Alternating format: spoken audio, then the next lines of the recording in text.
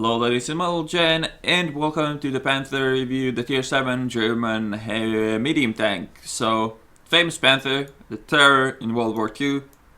In World of Tanks it's not that much of a terror, as it is a little annoying bug. But let's see what the armor looks like on the Panther. So, front plate 85, but lower plate 50.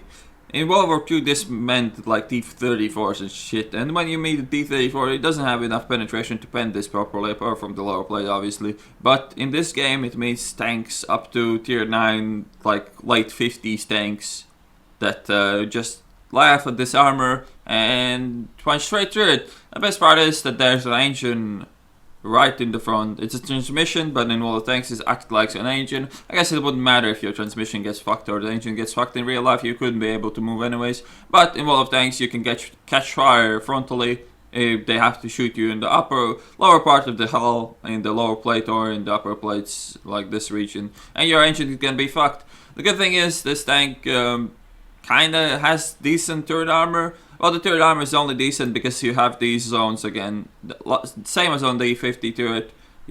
These are like non-penetration zones for no matter what gun shoots at them. Panzer is gonna bounce off this. Everything is gonna bounce off this, but well, maybe not Panzer since it's only 60 armor. Let's actually check if what gun is on the Panzer. Is it this, or is it 180? Yeah, 180 is gonna pen it. It's fair enough. That's actually in the auto pen. That's kind of funny. Well, whatever. Let's put it back to 120 since that seems to be the most common round in World of Tanks. So, yeah, Panther 2, 8 degrees of ground pressure, pretty good for German. Turret armor 120, and the auto bounce zones are pretty good as well. Cupola armor, I wouldn't even bother trying to shoot that when you have all of this zone that is basically auto pen if you have like 150 penetration.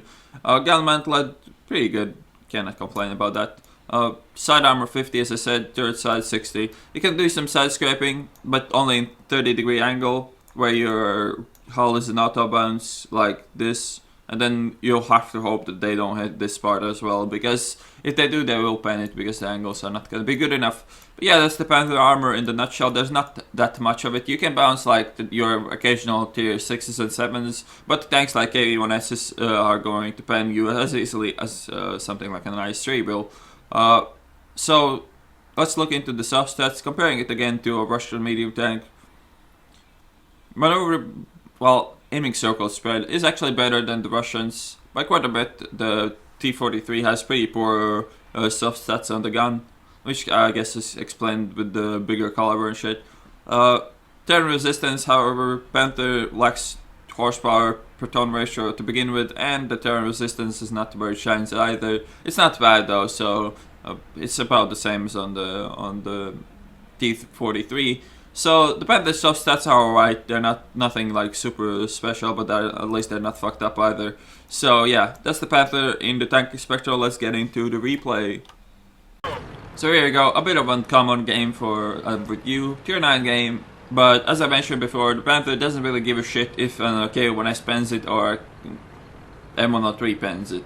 E75 hurts more and Object Zone 4 hurts more, but the thing is that Panther's gun is really specific for high penetration and nothing really else going for it. So the Panther, if you want to use the high penetration, you rather use it in higher tier games where you actually get more XP for shooting things.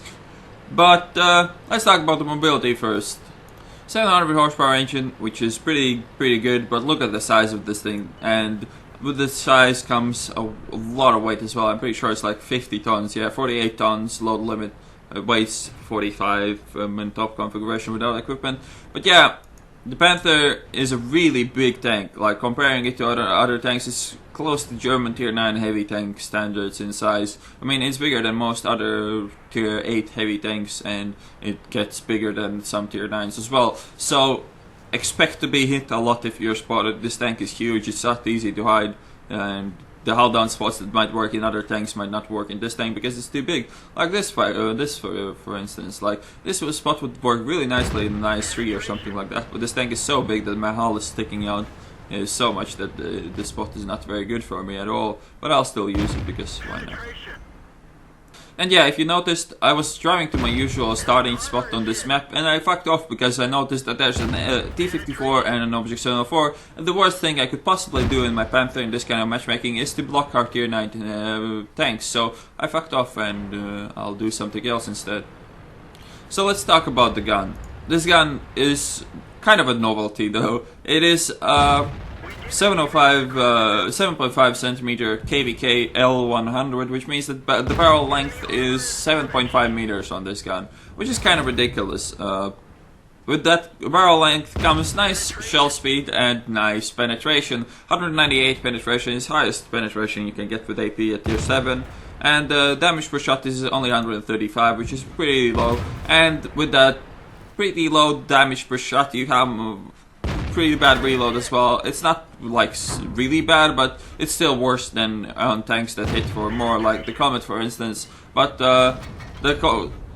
what makes this tank special really is the penetration. And when you are willing to shoot gold rounds with other tier 7 mediums, this tank will not feel very special. But when you shoot AP at Panther 9s with this tank, it really feels nice. And not a lot of tanks can say that they can easily do that. I mean, tanks like the T-34-1 with 175 penetration can be really good at that, but most tanks that hit for 130, 140 will have around 150 penetration, which is gonna be more or less useless at tier 9, so you will have to load a lot of gold. I mean, in this game I still haven't shot to tier 9, but still.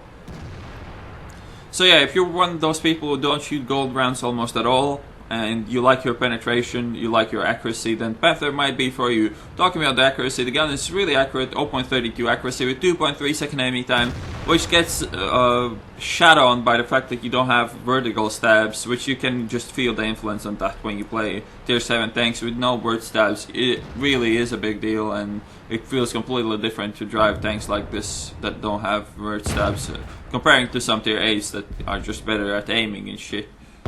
Speed limits on the tank are pretty good. 55 forwards, 20 backwards, that's pretty nice. The tank doesn't reach that very well though, but if you go downhill you shouldn't have too much issues reaching your top speed. As you see, I managed to tank shots with my turret quite effectively here. I've gotten penned like once, and I managed to bounce quite a bit here. And again, I'm here more or less because the 703 needs help. He's on low health and I need to help him, and I need to help that 704 as well, or they will die. And I'm tanking the shots from the T25 too with my side, and he's not even damaging me, so I'm kind of surprised. I don't even know why they are not being able to damage me, and I shoot the 704 in the gun instead of shooting the STI one. But I get a lucky fire on him and he dies as well.